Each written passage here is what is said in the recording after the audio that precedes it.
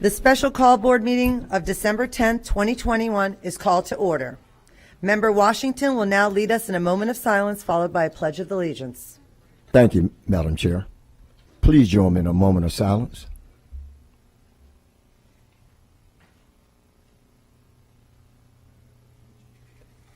Thank you. Now please stand for the Pledge of Allegiance. I pledge allegiance to the flag of the United States of America and to the republic for which it stands, one nation, under God, indivisible, with liberty and justice for all.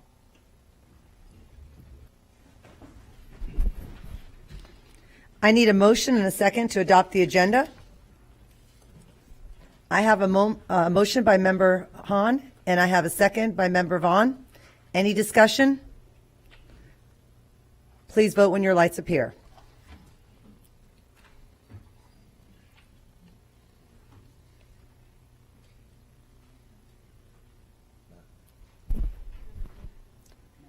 I'm sorry.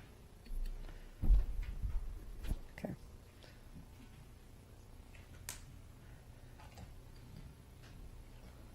Let the record, I'm sorry, we have Ms. Snively. We are checking to make sure that she's available online.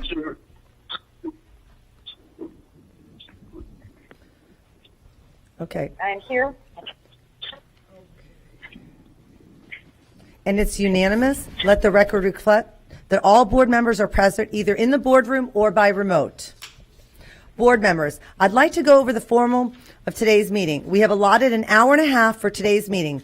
We're practicing social distancing as much as possible, so we ask that all guests in the boardroom keep one chair open between families.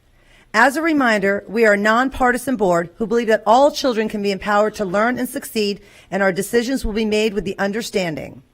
To pave the way to efficient and effective agenda statements and/or questions, board members will have 3 minutes to speak with 30 seconds for final thoughts. Afterward, the superintendent can respond. If you have further questions, you've asked to get back into the queue.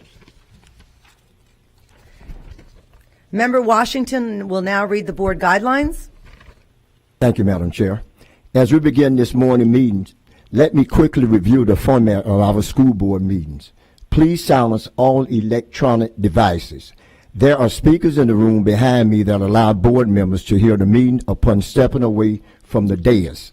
This meeting can be viewed with closed caption on live website, on cable TV, on video monitors here in the auditorium. It also can be viewed with closed caption in the online video archive. Thank you, Member Washington. The board welcomes comments from citizens and values your input to the board. In order to provide the most comprehensive response to your comments, our staff will follow up with you and will keep our board informed about responses.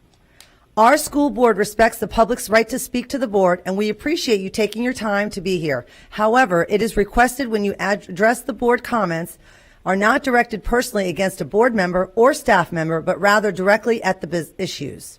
Any behavior intended to interrupt the orderly conduct of this meeting will not be allowed. Our civility policy is in place. When addressing the board, please state your name and speak clearly into the microphone.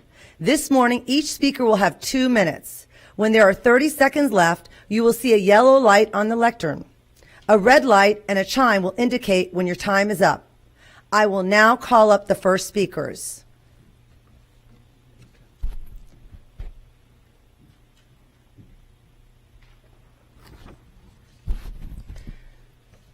Bianca Goolsby, Jason Ferger, Josephine Amato, and Kelly Carling.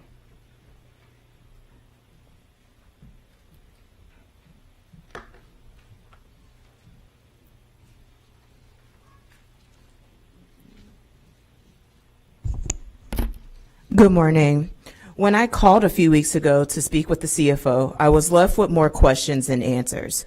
A week later, Marlene Sokol reported the pattern of deficit spending. So I'm curious to see the plan that will be presented by the CFO in February. According to Fitch, the maintenance of the negative rating watch reflects the lack of approved decisions to date to eliminate the projected operating deficit. Fitch remains concerned with the successful and timely implementation of the proposed financial recovery plan and your ability to achieve and sustain structural balance of the budget. The books closed on June 30th. COVID relief funding saved this district from receivership this school year. Based on the numbers, state receivership is back on the table. So here's my questions for reflection and consideration. Without using the word staffing vacancies and the additional tax added to the taxpayers, what is your plan? We need to be realistic as property values have skyrocketed and the current chaos that's happening at many school sites due to staff shortages. Who will be liable for the breach of their fiduciary duty? I say we start with the previous finance committee and work our way down. 2 of them are no longer elected to serve and we have 1 more left. When will we review the positions in operation and human capital to have a productivity analysis to determine job effectiveness? The day-to-day decisions made by this district impacts the financial health and educational outcomes. Hillsborough County has more underperforming schools in the state of Florida. I'll read the top 5. Miami-Dade, 6. Broward, 11. Hillsborough, 35. Orange County, 11. Palm Beach, 3. If we add these other counties in the state, Hillsborough still has more underperforming schools. So accountability, transparency, and integrity. That's all we're asking, folks. Thank you.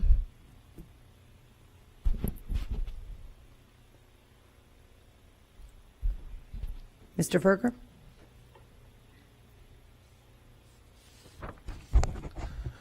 Good morning. My name is Jason Ferger. I went to the meeting at Durant, and the question I asked Mr. Farkas was, who were the authors of the maps? So I'm here again to ask, who were the authors of the maps that you guys are voting on? The other thing you had at the meeting was a bunch of computers and little notes where people could make their own little comments. Why is that not online for the public to see? I'm sure you all have seen it, but why can't we see those comments online? I'd be interested to see what the public's overall feedback is based on the maps. So why are you guys hiding that? And then the second thing I want to talk about is just how you're treating the public. You know, there's like 12, 15 people here to speak. You have the costume, you got these people in costume. That guy is in a costume. He looks like a police officer, but he's not. So nobody in this room, except for the public, has to go through the metal detectors. How is that keeping anybody safe? The public, the 15 people that are here to speak are that dangerous? And you got these people in costumes running around? There was a shooting at Brandon, right near Yates Elementary yesterday. You have probably 1 school security guard at Yates Elementary. How many people are roaming around here today in costumes, looking like police officers that aren't?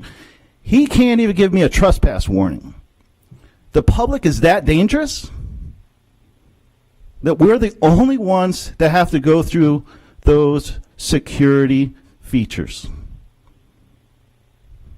And you care about what the public says. And you treat us like that. It's ridiculous. Thank you. Ms. Motto?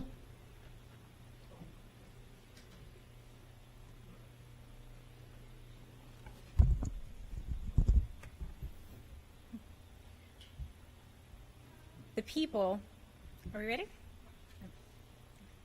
Okay, in America, the people, is it on? Okay. In America, the people elect representatives from their community to represent them. We are a republic. The Constitution is clear on this. The Supreme Court has emphasized these rights by stating that all political power comes from and through the people. The actions by this school board in the area of reapportionment has illegally denied us our voting power. They have violated multiple sunshine laws, have violated Florida voting rights, and our 14th Amendment rights. All of the maps have been created out of the sunshine without the voice of the people. You are supposed to represent us. You are dictating to us. You have never asked us nor included us about our voting districts.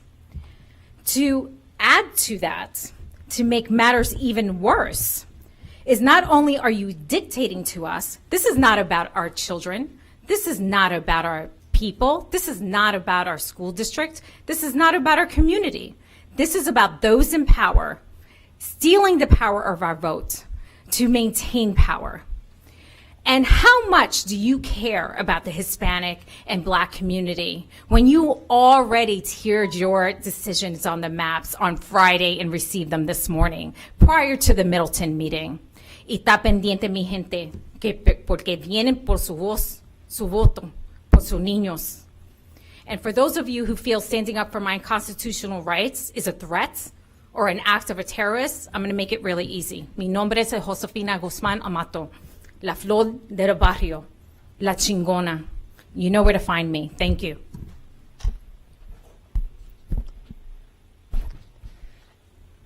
Next. Also, we'd like to go ahead and bring up Elizabeth Thomas, Julia S., Marcos Rivera, and Brian Serrano.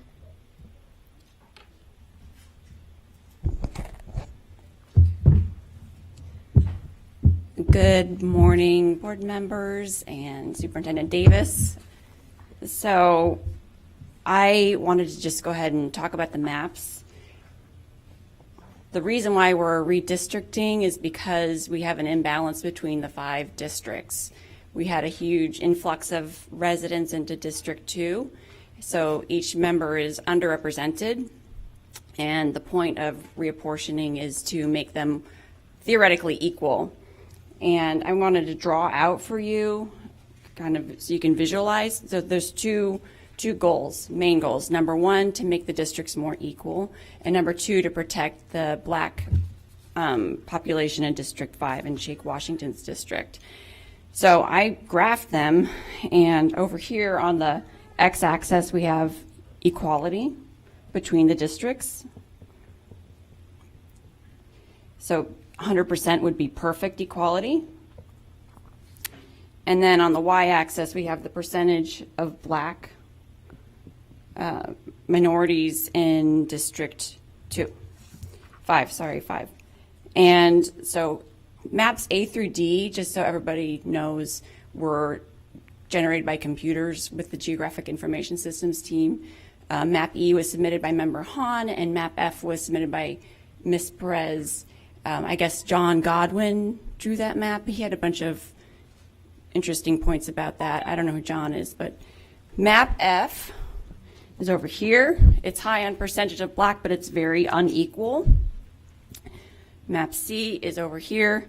A and B are identical in terms of equality and percentage Black. And then up here you have Map E. So I would rank them this way. These are your superstars up here. High on equality, high in percentage of Black in District 5. This is just in the middle, and these are poor performers from my point of view. And, oh, I have 30 more seconds, okay. So these had 8.5% variance. No, I'm sorry, you have, Oh, okay. Well, they're almost at the legal limit of 10%, 8.5%. This is at 0.5%.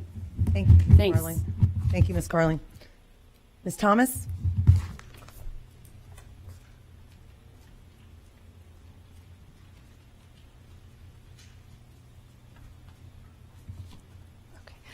Good morning. I'm Elizabeth Thomas, a parent, and I just want to take a moment to comment on the lack of community engagement I'm seeing since joining the school district as a parent just this year. The relationship between the community and the board is not what I'd describe as collaborative from my experience. We have a good opportunity here with lots of involved and interested parents, guardians, and constituents. However, it doesn't seem like the opportunity to engage is used effectively. To represent the best interests of parents and families, school board members need to give the community a voice. You all obviously know that. The experience I've had so far is simply reactive to whatever the topic of the day is. Right now it's redistricting. Look, I'm not a GIS mapping expert, but I wanted to understand the redistricting process and how the maps came to be and what the benefits are of one over the other. They all seem to meet the criteria provided by you all, with one keeping the variance between districts very low. I did drive an hour to a meeting called Community Connections. The audience was told that the responsible and accountable party is the school board, yet the board wasn't present during the redistricting portion of the meeting. The audience had lots of questions and good feedback, but we were told that there were images of the maps at the back of the room and to submit our feedback in digital form. My expectation going into the meeting was that each map would be accompanied by a pitch of sorts where the benefits are explained to the community so we can provide appropriate feedback. If you've agreed to redistrict before the end of the year and you're responsible for the process, accountable to constituents, and truly committed to applying community input to your decisions, then why weren't you all at the Community Connections meetings to answer questions? It seems like it's just ticking a box. My ask is that you begin with the redistricting process. Like I said, you have a really great opportunity to stand out as a board that's engaged with and focused on families and students. All we want is a fair and transparent process. I hope that you can figure out how to do this without leaving constituents in the dark.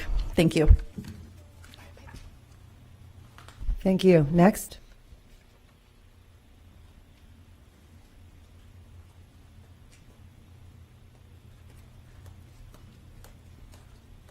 Hello, my name is Julia. I was here a couple meetings before, a couple times to talk with you guys about the masks, and ever since then I've made it. Where's Harrison? Here, hold her hand. Ever since then, I've made it a big part of my life to pay attention to what's going on in this county. I moved here from Chicago for Hillsborough County for the public schools, and I had to pull out my son Harrison from one of your schools because of the masking, all the issues there was discrimination, and I had to pull him out. So ever since then, I'm making a huge commitment to pay attention to this. And so I've been watching this redistricting process, and I'm realizing there's literally like no way for us to be a part of this. And it's you guys are making it very difficult with the GIS canceling at the one meeting, and then I agree with the women before me and the man speaking, you guys weren't there at the other meeting, and this is happening in 6 weeks. It's almost impossible. It's right around the holidays. How is this engaging us? And we're supposed to be a part of this, and by doing it this way, this whole thing, there's all these, it's like you're just checking boxes and doing formalities with us just submitting a comment online. And this is the first time we've been able to speak on this redistricting process, and then now you're going to make a decision next week, I think it is. This is like gerrymandering, it feels like. And it feels political. I know John Godwin did Map F, and we couldn't hear from the GIS group to learn about maps A through D. It just feels very political, and we're supposed to be nonpartisan. And so I really, really, really want better from you guys. I'm not leaving Hillsborough County, and I'm going to stay civilly engaged here and just try. And I really want for you guys to do the right thing and to push this back, because that would be appropriate. We need time. I would like to submit a FOIA request to see how you guys ranked those maps that you guys just filled out a form, and we can't see how that was filled out. How do we see that? We'd have to submit to get that information, and it's going to take time. Okay. Thank you very much. Thank you. We don't have enough time to get that. Thank you. Thank you. Come on, Harrison.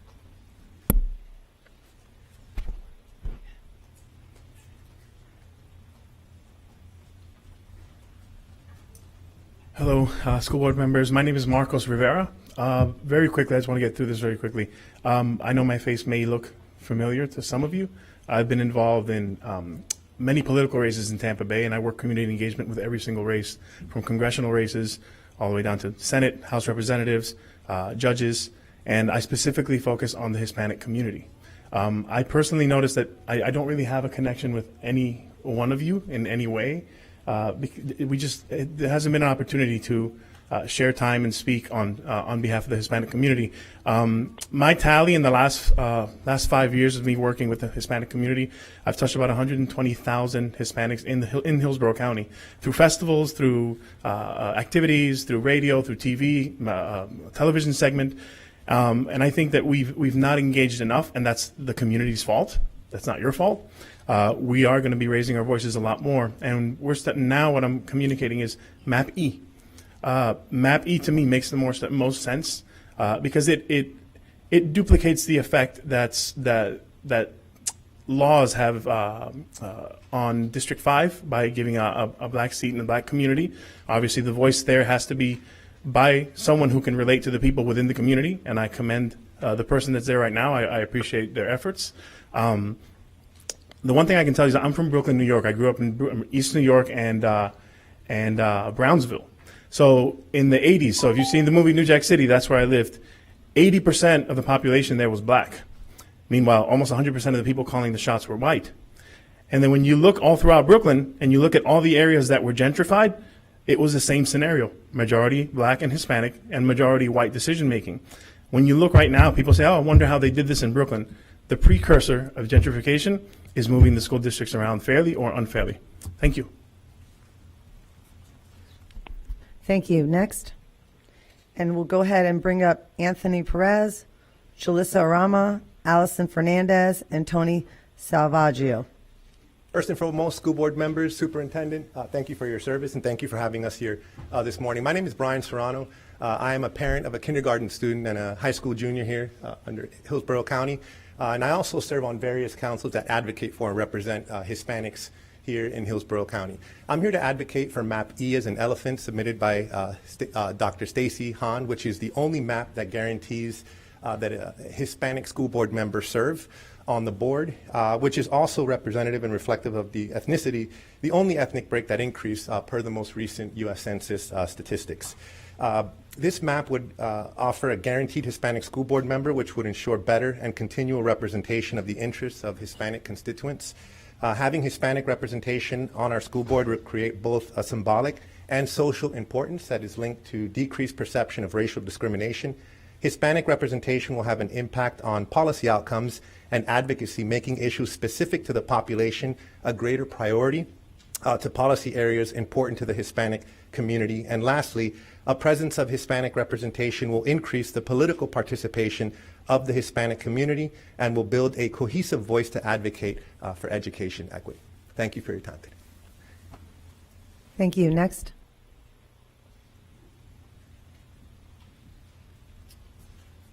Hello, school board members. My name is Anthony Perez. I am a vice president of a community bank located in West Tampa. I also serve as chair and past chair of several Hispanic serving organizations and not-for-profit groups here in Hillsborough County, specifically Tampa.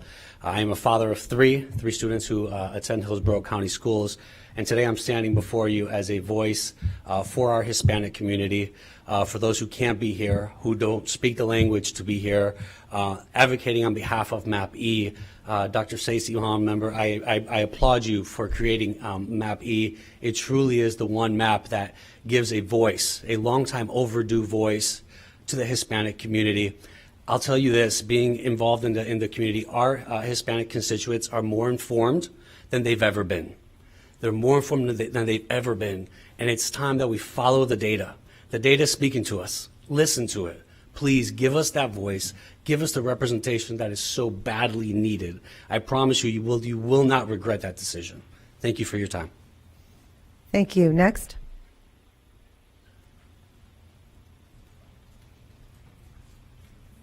Hello. Hi. My name is Julissa Arama. I'm here. I want to represent the Hispanic community. I've lived here all my life, born and raised in Tampa. My parents have had a small business all their life. We've done a lot for the community since 1986, and I continue to do things for the community till today. And I'm here to be a voice for the voiceless. These people cannot be here today. It's not because they do not want to be here. They're either working or there's a language barrier. And we need that Hispanic seat more than ever before. Our population is growing. The numbers are growing. It's on the maps. You guys seen it. We just need somebody that can relate to us, relate to our people, so that we know better about kind of things like this that are going on, so we can be more included. And me, myself, knowing English, it's still hard for me to understand these things. So I think having a Hispanic board member here would better help get them educated and have our community have a voice, because it feels like they're taking that away from us. Thank you. Thank you. Next. Good morning, Board. Allison Fernandez. I want to make a few points. First, the United States is a constitutional republic. That means that we are not a straight, direct democracy. We are a republic, and you are the employee of the people. We, the people, consent to allow you to represent the people. Our expectation is that you make everything that this board and this school district, that you, policies, decisions, et cetera, should be as transparent as a window. Everything you do, this building, your position, every employee here are here specifically because the people exist. And we have consented to direct some of our tax dollars to govern this board, to educate our children. This process is indicative of a lack of respect for the community and our participation and the value of our opinions. I've been told before in this district that since I'm a parent and I don't have an education background, I'm not qualified to make decisions or offer insight onto policies and procedures. Well, I'm an accountant, a formal financial auditor, so I think I can learn and I can evaluate information. So most parents in this community want their children well educated, and quite frankly, I don't care the ethnicity or the race of my board member. I want somebody who cares about the community, who recognizes your role and recognizes that the community needs to be part of the process. So thank you for your consideration. I think that map E is probably the most fair and balanced map that we have. Thank you. Thank you. Next.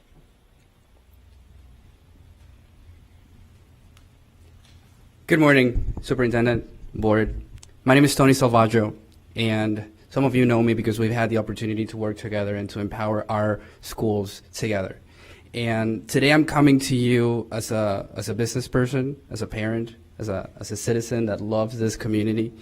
And a lot of people might not know, but I was born and raised in Venezuela, and I've only been here for 10 years. And one of the things that catches my attention a lot is that when we're talking about minority communities, we tend to speak about the Black community alongside the Hispanic community. And here's one thing that happens with our Hispanic community, that the challenges that our different demographics have are very different. You know, our Mexican community has different challenges than our Puerto Rican community. We have different paths to citizenship. We have different challenges. Right now we're going to this area in Dover with 400 kids that we're setting up a computer lab with. 95% of those are American-born citizens that are dropping out of middle school and high school to work in the field with their parents because they don't know what's available for them. And I believe that the best way to tackle those generational poverty challenges in the community is by having proper representation in the board from people that look like them, that can speak the same language, that have gone through that immigration, challenge. And it's very important to have that. And it's very important for our kids and our families to see that we care, that as a community we understand the challenges and we are proactively trying to do something for them, especially in a county that's growing so aggressively with the Hispanic market. So thank you so much. Thank you. And I'd like to thank all the individuals who came for public comment today. And today we'll be listening to C1101, and we will be going over the school board redistricting process and a couple of items. We're going to go over the maps, and Superintendent Davis will go into detail during his highlight. We will be discussing the maps in detail as well as the order that we mark them. In addition to that, we will also be discussing, if there is a consensus of the board, if there will be any new maps resubmitted and what that timeline will look like. And at this time, Superintendent Davis, will you please highlight? Yes, Chair. Thank you, Chair Combs, and I want to take an opportunity to thank all the individuals that came today to be able to speak on this important issue within our school district. But today I have a PowerPoint. We'll talk about the process of where we are with redistricting. will be able to, as they bring this back to light, to talk about the purpose and the summary, Florida law really requires school board boundaries to be redrawn in odd number years. And in that process, we have to look at best practices, to look at the way that each map is particularly presented. And if there's a 10% or greater disparity within populations that single board members serve, there has to be changes that would be in the forefront to be able to be reviewed and potentially altered as we move forward to make it equitable within our school district. The district has partnered with the Board of County Commission. In that partnership, they have a GIS team that has generated 4 maps for the board to be able to review. In addition to that, we have 2 additional board members that provided maps for review and consideration during this process. The district has collected ongoing input, not only from an online platform, but we've had a number of community connection meetings and being able to allow our community to provide input on our website to capture and be able to filter to the board to make an informed decision. And then openly, we have decided that the end of December, on December the 16th, that all maps will be reviewed and a final decision will be made with the board with the consideration. One of the things we talk about is actively engaging our community to make an informed decision so they can feel part of this process. I have to, hats off to our communications team. They did a really nice job making certain this is a priority not only on our website, but our school websites, made a priority for our banner. We also created a web page that is solely dedicated to the redistricting process that gives all of the purpose, all of the next steps, and provides information about maps, and then really allows the community to provide feedback related to interacting with the maps as presented. In addition to that, we've held a number of community meetings. As stated, we leverage ParentLink to actively engage all of those particular constituents that are in those particular areas, and we use the high school as a feeder pattern as a general location. We send out general information for our community to let them know how they can be actively engaged in this process and being able to make a consideration or provide feedback to our board. In addition, we've leveraged newsletters as well to be able to continue to keep this in the forefront. We also have leveraged social media outlets to be able to provide information through graphics or information, and really to make certain that we leverage our partnerships such as PTA so they can continue to have and submit more information to constituents to be able to make certain they're apprised of what issue, where we're going with the single boundary redistricting process. As we look at this, one of the questions are we engaging in enough individuals in this community during this process? Well, as you know, this process was implemented during November and December. In the month of November, we had over 8,000 individuals that visited our redistricting platform online. And as you look through the first week of December, that was an uptick of additional thousands individuals that interact with this webpage, and through that we had 5 community connections where we had 78 individuals that attended, and 6 individuals were provided feedback on site as we had computers were available for our constituents to provide information that was then turnkeyed and pushed to our school board consistently. And then we had a total of 109 individuals to provide feedback on our portal for the board to actively engage. As we said, Map A, Map B, Map C, and Map D, these are all 4 of these maps were identified and built by the BOCC GIS team and provided to the district through analytics. And then Map E and Map F were provided through school board members for consideration during this process. When we look at the redistricting selection process, we've asked board members to interact in a ranking system, ranking maps in order of preference from 1 to 6, 1 being their top choice, 6 being their least selected choice. In this process, we know the lower numbers, and you look at this particular table, identifies the number of total ranking points, the higher the priority. With this said, Map F, C, and E were the top 3 maps. One of the conversations we had as we started to initiate this process is we would identify the top 3 potentially to be able to move to the final selection in December 16th. In this process, we appreciate the board for taking the time to unpack this information, and for this community to know that this process may this is just the initial selection, and through collaboration and discussion, this may be altered and adjusted.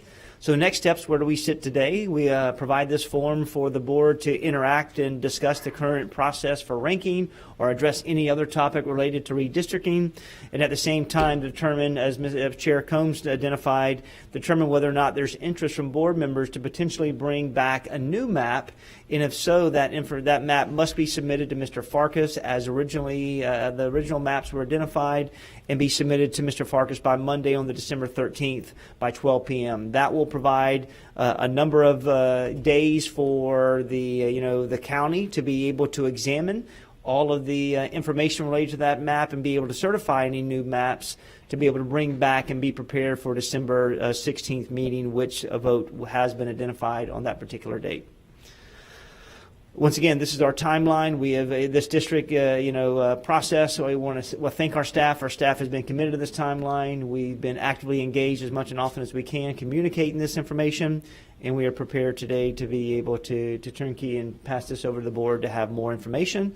And then we will be ready for December 16th to be able to potentially adopt a new map if this is the board's will. All right. Thank you, Ms. Combs.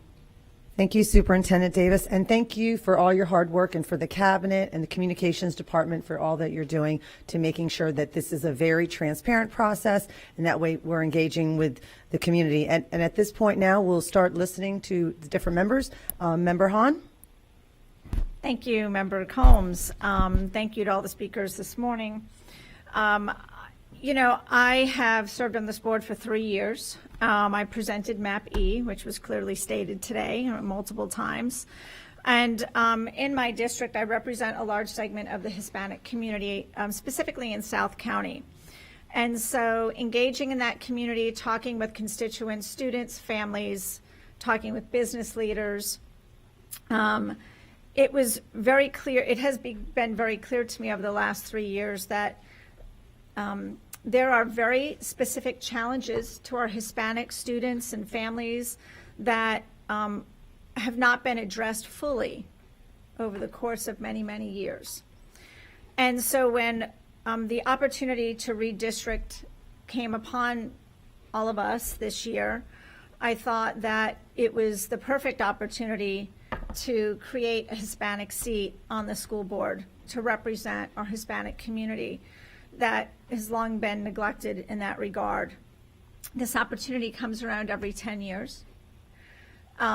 It's the opportunity to create the seat, and then in 2024, have Hispanic representation for that community. So that's how I approached this task. I can talk a lot about the research around the importance of having a diverse board. And there's concrete differences in how schools operate when the racial and ethnic makeup of school boards reflect their constituency. And it clearly impacts in a positive way student academics, as well as the climate and culture of our school district and the financial investment that our community makes in our district. But really, nobody expressed it better than some of the speakers today. So, when you have Brian Serrano, who's on the Mayor's Hispanic Advisory Board, talk about specifically the symbolic and social importance of having a Hispanic representative on the board, that Hispanic representation will have an impact on policy outcomes, that the presence of Hispanic representation will increase the political participation of the Hispanic community. And then Julia Ormana eloquently talked about the need for students to see themselves reflected on the board, a person who understands their challenges, whether it's the language barrier, transitioning to a new country. Tony Salvaggio talked about how it's a game changer in regard to developing students, preparing them for life. It goes on and on with Marcos Rivera talking about, you know, that this is the precursor to gentrification, that we have to move the district fairly, and Anthony Perez, VP of First Homes Bank, really discussing how that this seat can ensure that there's continued representation of the Hispanic community. For all of those things, I really hope that we can keep that as a focus of our conversation. Certainly, the Voting Rights Act protects the Black community, and we've all committed to continuing to support that. That is very important for a lot of the many reasons that it's important for the Hispanic community to have a seat on this board. I looked at the census data trends over the last 30 years. The Hispanic community over the last 30 years, from 2000 to now, is, or the last three censuses, has gone from 17.99% to 30%. They are the major minority in this district. To wait another decade to provide them a seat on this board is really discrimination. And we have won many awards on this board. We have all eloquently advocated for Hispanic students and families on this board. And this is the time to put action to our words. Otherwise, we look incredibly hypocritical. So to wrap up, certainly I'll talk more specifically about how MAP E addresses this, but the MAP does by far provide the highest Hispanic population of 46.6%, which would enable Hispanic minorities the opportunity to elect their candidate of choice and guarantee a school board member seat. Palm Beach County did it this week, created the first Hispanic seat in the history of Palm Beach County. Let's not miss this opportunity. Thank you. Okay. Thank you, Member Hahn. Member Gray, and if we could please maintain to 3.5 minutes each, and then go back into the queue, so that way we have enough time to engage. I would appreciate that. Thank you. Oh boy, this is going to be a challenge for me, but here we go. You know, I looked at it very factually and probably a little bit more boring and less affective, but very in a factual way, for lack of better words. I do know that the Florida statute does require us to look at redistricting, and also we recognize it could wait till the next year, 2023. However, the risk of litigation towards our district is quite high, meaning that I've previously, Superintendent Davis and myself have received numerous letters before on various issues, and so I'm keenly concerned that that we get this done this year and have it done correctly. So the current maps right now, you know, do they follow the tenets of redistricting? And we've been going over, just as a teacher would to students, in terms of what are the tenets. And if we look at the first one, which is equal population, the current maps range everything from anything from 17% to 14%. And the ideal, according to Florida statute, is no more than 10% variance, or 10% equal representation. Everyone should have an equal seat on the table. So currently we know that we're out of compliance. That's motivation in itself to get the redistricting done. Secondly, the next tenet is compactness. If you're a visual person and you look at the maps, I know many of the folks, and thank you, you all for coming today and bringing up such valid points. But the visual obligation of compactness is not just visual. You have to look at that you're not having gerrymanders or splitting neighborhoods like Panther Trace in half. Some of the neighborhoods from maps A, B, and F, those are very compact. The other maps are that deviate from those types of lines, such as railroad lines, such as canals, which we don't really have one, Bullfrog Creek maybe, but Alafai River. So there's absolute lines that should follow, given a look of compactness, so the voters know exactly what they're voting, what district they're voting in. And maps A, B, and F are the most compact. Communities of commonality, common characteristics, diverging interests are not a good thing, but emerging and common interests are what you go for.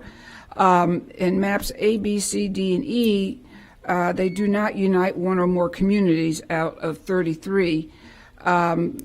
And the map F unites the Progress Village, Encore, historical black areas, historical Hispanic areas, Plant City, Seminole Heights, South County, the most out of all those maps. Last, boundaries should follow city and geographic lines. Again, maps A and F follow the most. Maps B, C, and D, E follow the least, and we have statistics on that. Last, preserve the minority access districts.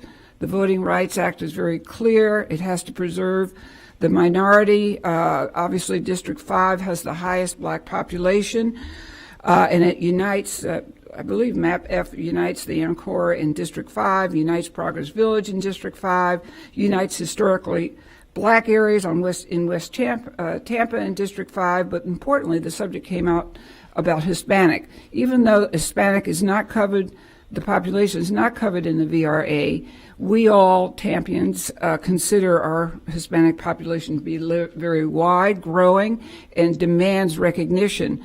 And I'm going to finish in a second. So we have the knowledge that the map that represents the most of the Hispanic community is the map F when we consider all of the areas that it adds to it. So at any rate, there is factual information that at least I went through when I looked at all the maps. So I'm going to conclude or maybe extend later. Thank you. Okay. Thank you, Member Gray. Member Perez? Thank you, Madam Chair. So just for clarification, the Hispanic Latino population and the Black population are now the majority population. There's no such thing as a minority majority, just for clarification.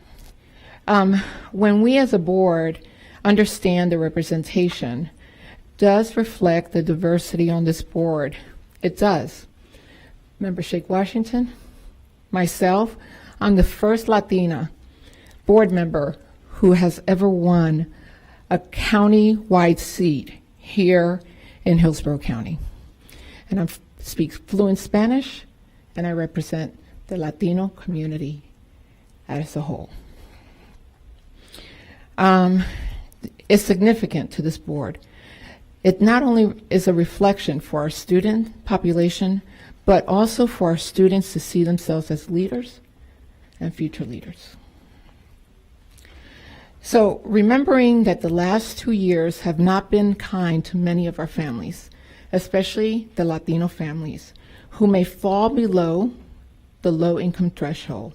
Families have moved out throughout Hillsborough County to include Brandon, Valrico, Plant City, and Waimama. So the Hispanic community, the numbers in the map that I submitted, has one of the highest Hispanic populations in District 1, and it's projected to grow another 5.4 over the next decade. So map F actually unites Hillsborough County's Hispanic community even better than the current map. The current map doesn't put the large and historic Hispanic communities between Columbus and Cyprus to the west of Armenia. So we see that also the numbers, the Black community also, map F has by far the largest African American population in District 5 out of 41.1% of the Black population, of the population being Black. The largest increase in Hillsborough County in history. None of the historically Black districts in Hillsborough County, Tampa City Council, the County Commission or the school board have ever had a map that increased the black population in that district this enormously. This is a huge achievement and should serve as a model for how redistricting can serve marginalized communities. And Map F unites Hillsborough County's black community even better than the current map.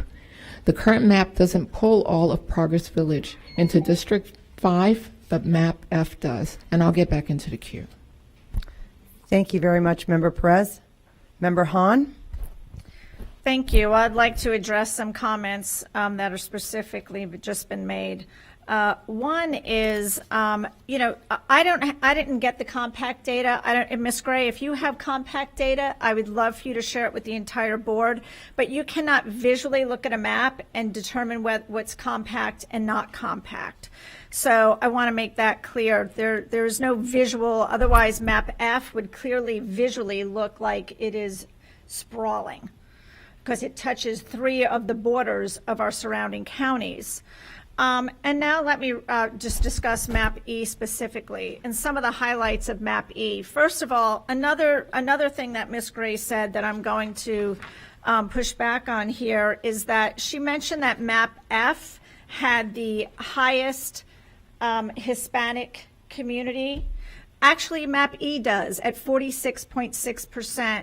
Map F is at 44.9%. 1.7% may not seem like a big difference, but it's close to 10,000 votes that you would be taking away from the Hispanic community with Map F. I don't think if you took, I would think if you took 10,000 votes away from your district membership today, you and your constituents would be upset. So I'm saying that because 10,000 votes is a lot of votes and a lot of people.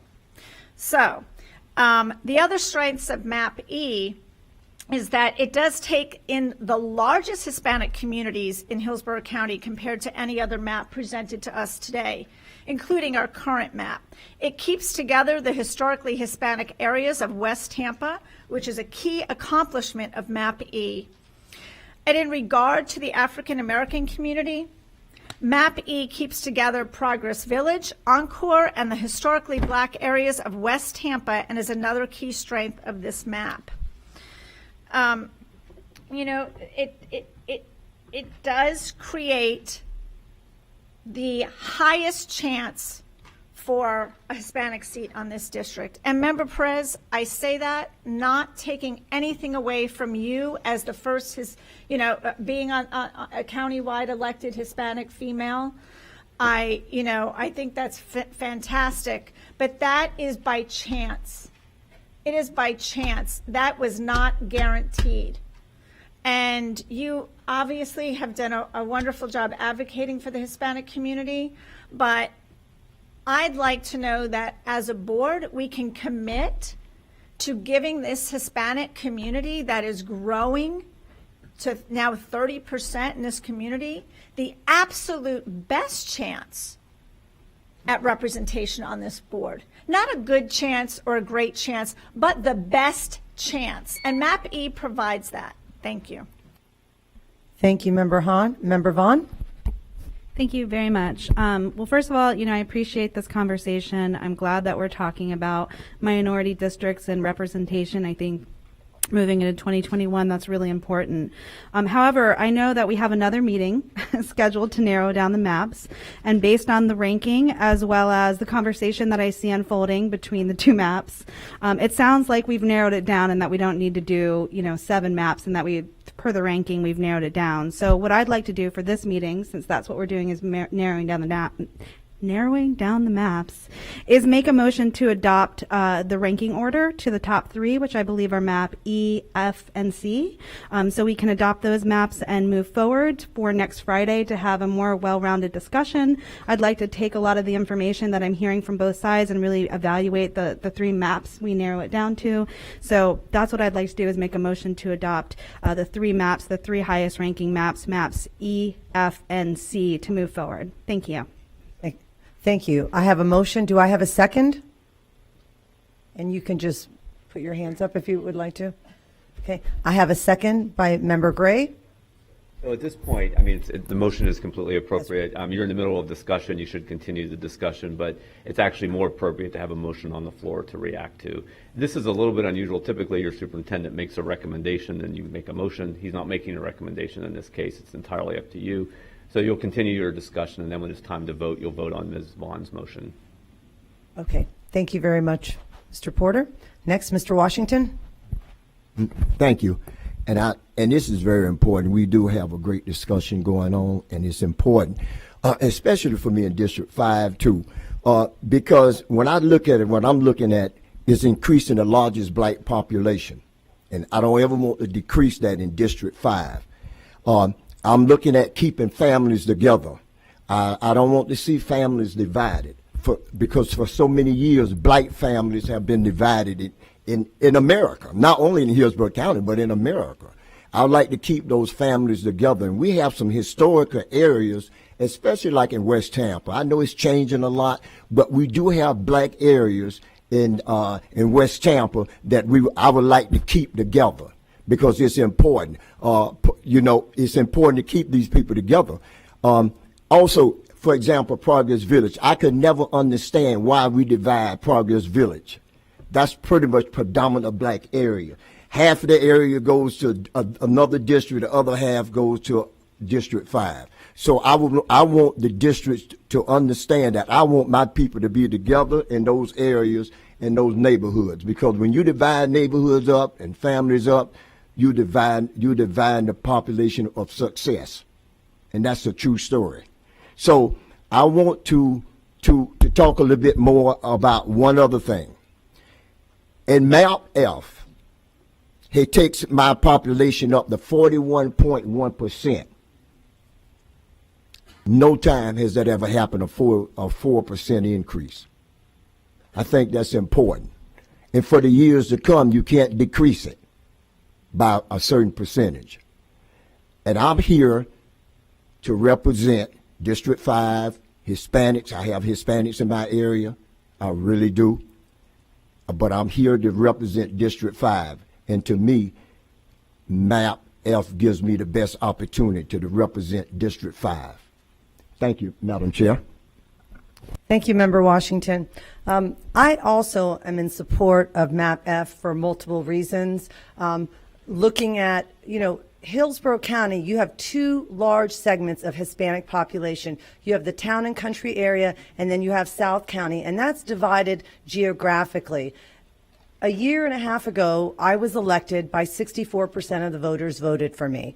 I am not Hispanic, but I was born overseas and immigrated to the United States when I was 8 years old. I did not speak English. I lived, a group of my family, we all lived in a house with one bathroom.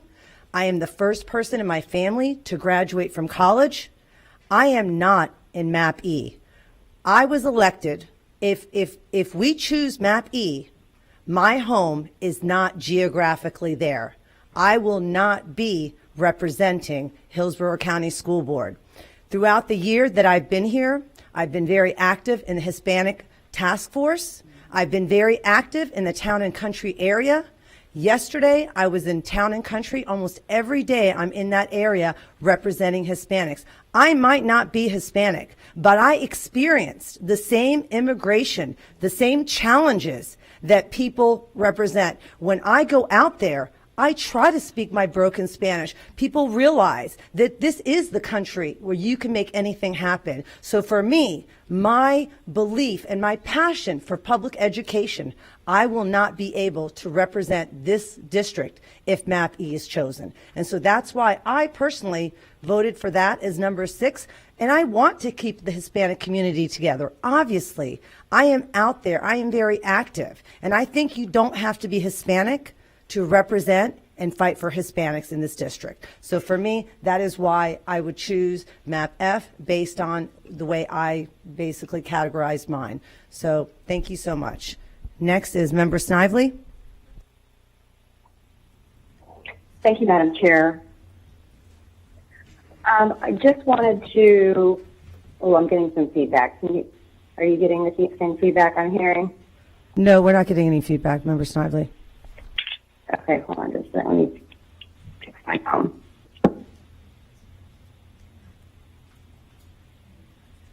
Okay, can you hear me? Yes, we can, Member Slimely. Okay, thank you. I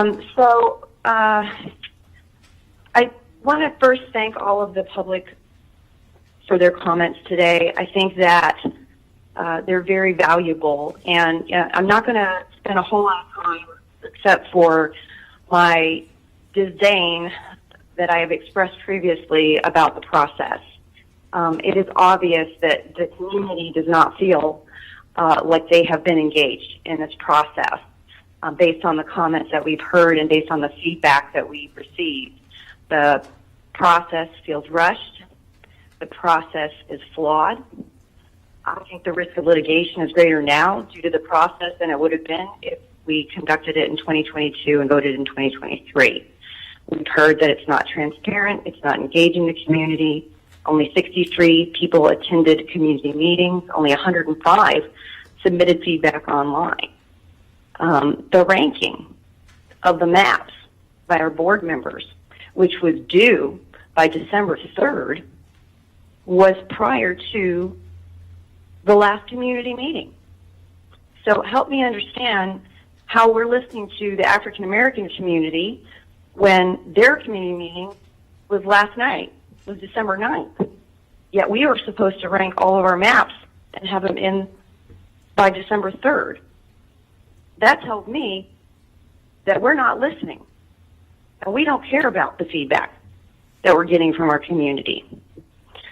So this process, and I'll say one other thing I want to address because of some of the public comment, but I don't want the communications department or the superintendent to believe that they've done anything wrong, because this was forced on them by our board to try and shove this process into to a 45-day period of time. But I will say this: there's been a few people that commented very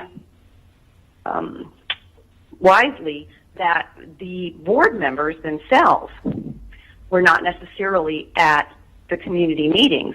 The people who are voting on this particular item were not able to be at the community meetings, and I'll tell you that those community meetings were set without regard for board member schedules.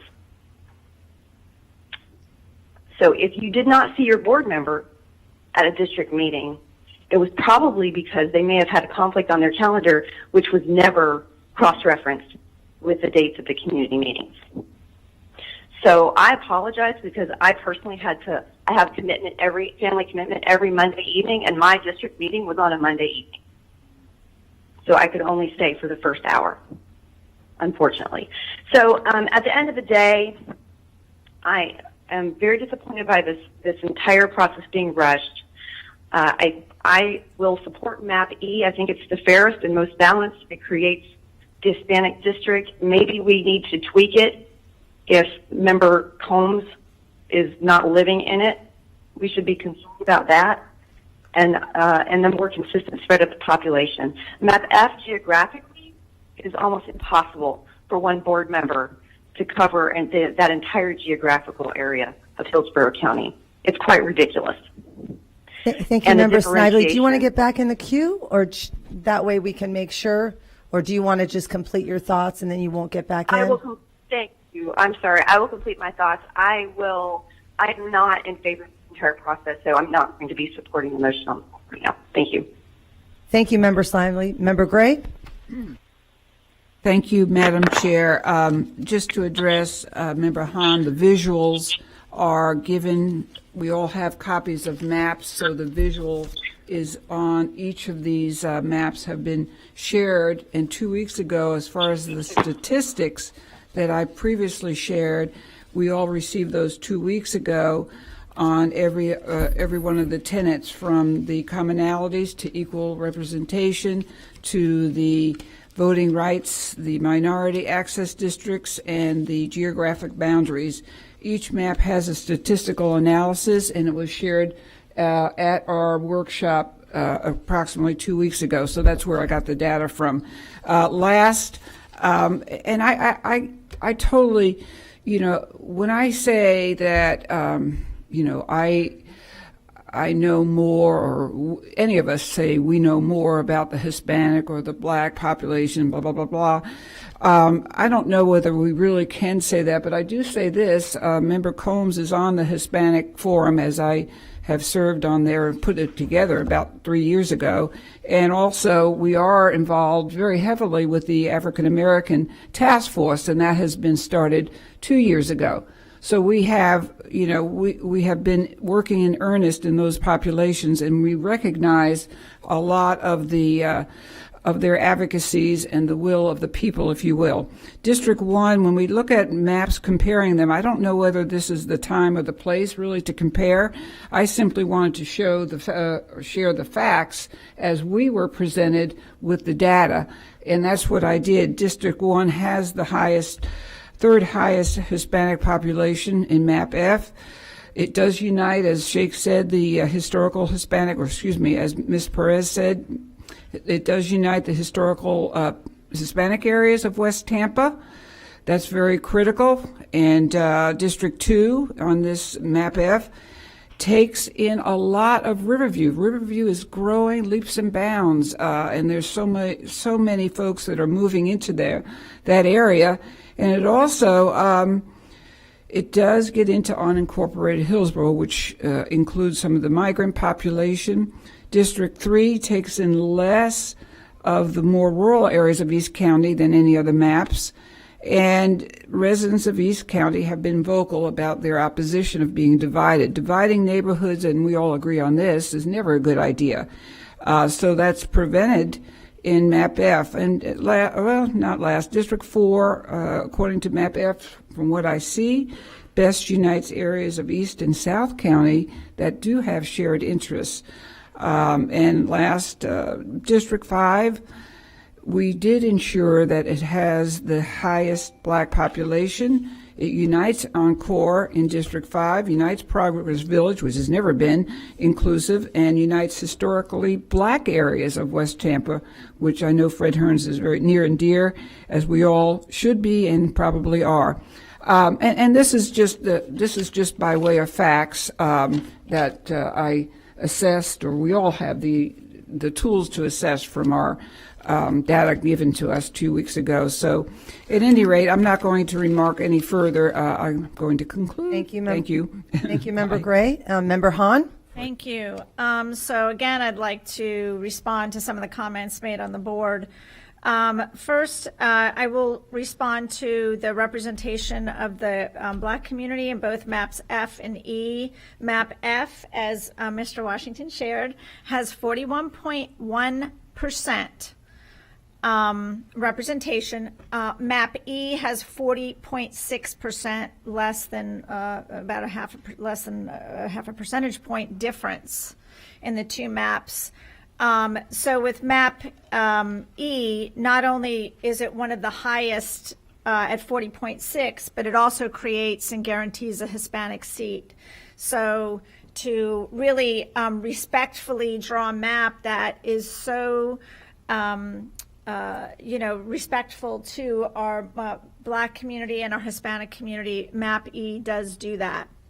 You don't have to sacrifice one for the other with Map E, is my point. The other with Map E, and Member Combs talked about how it directly impacts her, and no doubt, Member Combs, you are a fantastic representative for your constituents.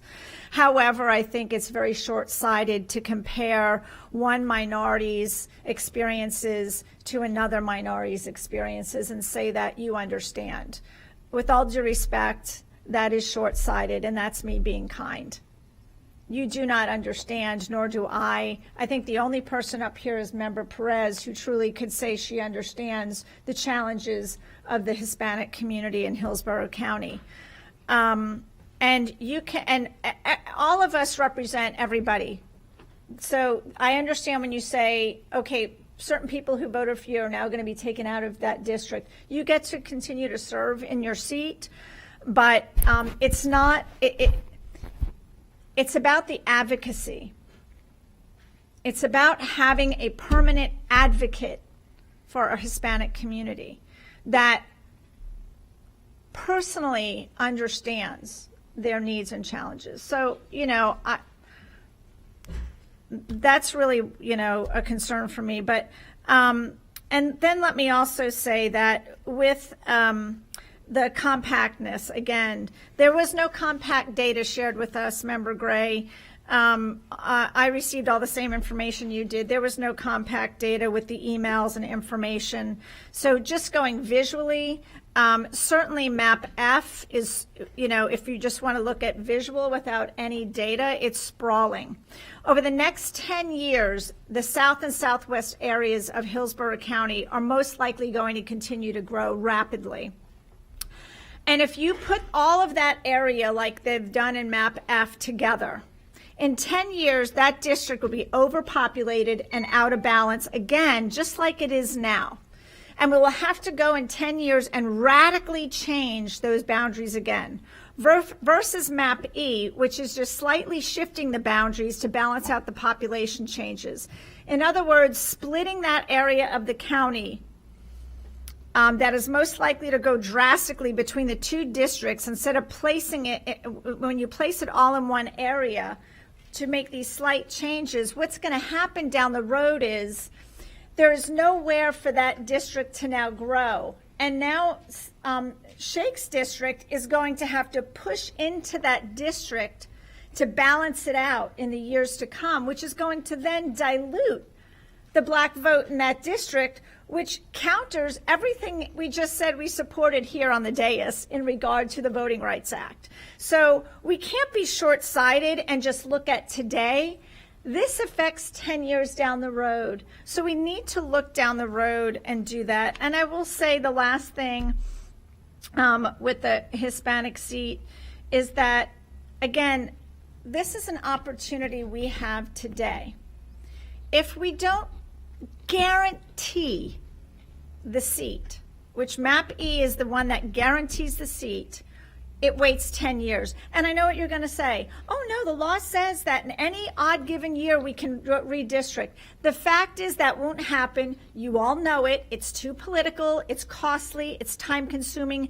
And nobody is going to want to take on that task. So to wait a decade, and it is the first step. It doesn't mean that if we vote on a Hispanic seat that we will have representation immediately, but it is the first step. And the next step is to get a person elected, a Hispanic representative in that seat. Thank you.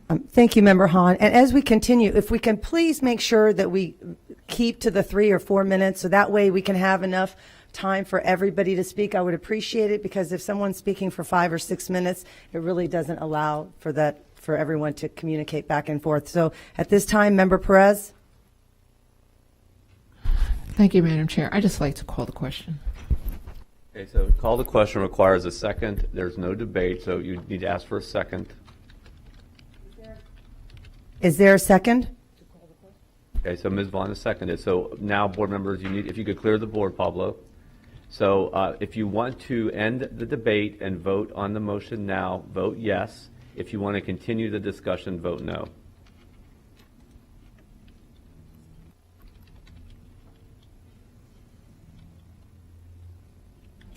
Mr. Porter, can you repeat that? If you want to just end the discussion now, vote yes. If you want to continue discussing, vote no.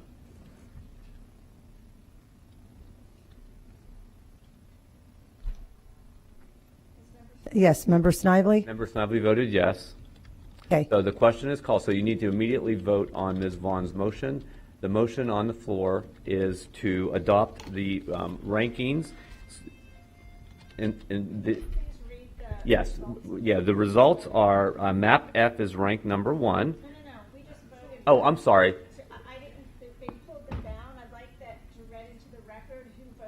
So the vote was 6. The vote was 6-1, and 6 wanted to end the conversation, and Dr. Hahn wanted to continue the conversation. Okay, thank you. Okay, So so that it's should 6-1. be reflected in the record. Thank you. So the motion on the floor is to take the following 3 maps forward for your consideration of final selection on December 16th. Map F, Map C, and Map E. Those will go forward, and then on if this motion passes, those will go forward. So you're voting now on taking those 3 maps forward to December 16th. So you should just call for that question now, Madam Chair.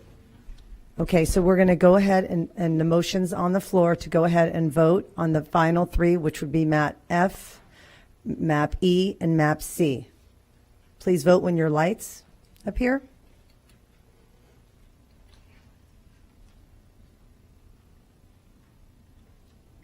Ms. Snively votes no, so the motion carries 6-1 with Snively dissenting. Okay, thank you very much. And Madam Chair, the only other business that you need to discuss is, you had brought this up earlier, whether there's any desire on the part of the board to allow changes to the existing maps or any new maps. And if so, those need to be in by Monday at noon, but you should ask for consensus of the board of what the feelings are on that. Yes, at this time, I just wanted to see from board members, is there a feeling or does anybody want to resubmit any maps at this time? Okay. Member Perez, you're 1. Anybody else? Member Vaughn states no. Ms. Gray? No. Mr. Washington? No. Dr. Hahn? No. Melissa Snively? Ms. Snively, if you could, whether you would like consideration of revised or new maps. I believe she's saying yes. Yes. So we don't have a consensus. We only have 2 individuals who'd want to resubmit.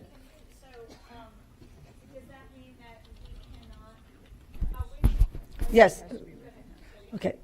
So basically what it would mean is if we had a consensus, then we could resubmit the maps, and Superintendent Davis showed the timeline where the maps would have to be due by Monday at noon, so that way we would be able to make sure that those maps are legal, and then we would vote on those final on Friday.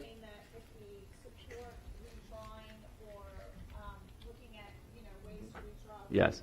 Yes. Yes. You would support that. We still don't have a majority with that. Okay, we still don't have a majority. Okay, let's go through one more time. Would we want to resubmit maps? Member Vaughn? Doesn't mean you have to, it just means that somebody And she still states no. Member Gray, no. Member Washington, no. Member Snively? I think yes. Member Perez, yes. She says no. Okay. And so, and I state no myself. So for the record, it would be a consensus that we will not be resubmitting maps. And so that fails. So let's go ahead and we'll be closing at this time. If there's no further comments, just a couple of little things before I adjourn. I wanted to wish Member Perez a happy birthday today. And then finally, all of you who are here today, there is a holiday bazaar outside with all our ESE students. So please, there's wonderful gifts out there. So please purchase that and support our students. And if there's nothing else, Madam Chair, in addition to Ms. Perez, we have Mr. Gibson's birthday today. Oh, that's too. right. So, we have twin birthdays. twin birthdays. Twin birthdays. Perez and Gibson together again. I mean, it's great. Well, happy birthday, and this meeting is adjourned.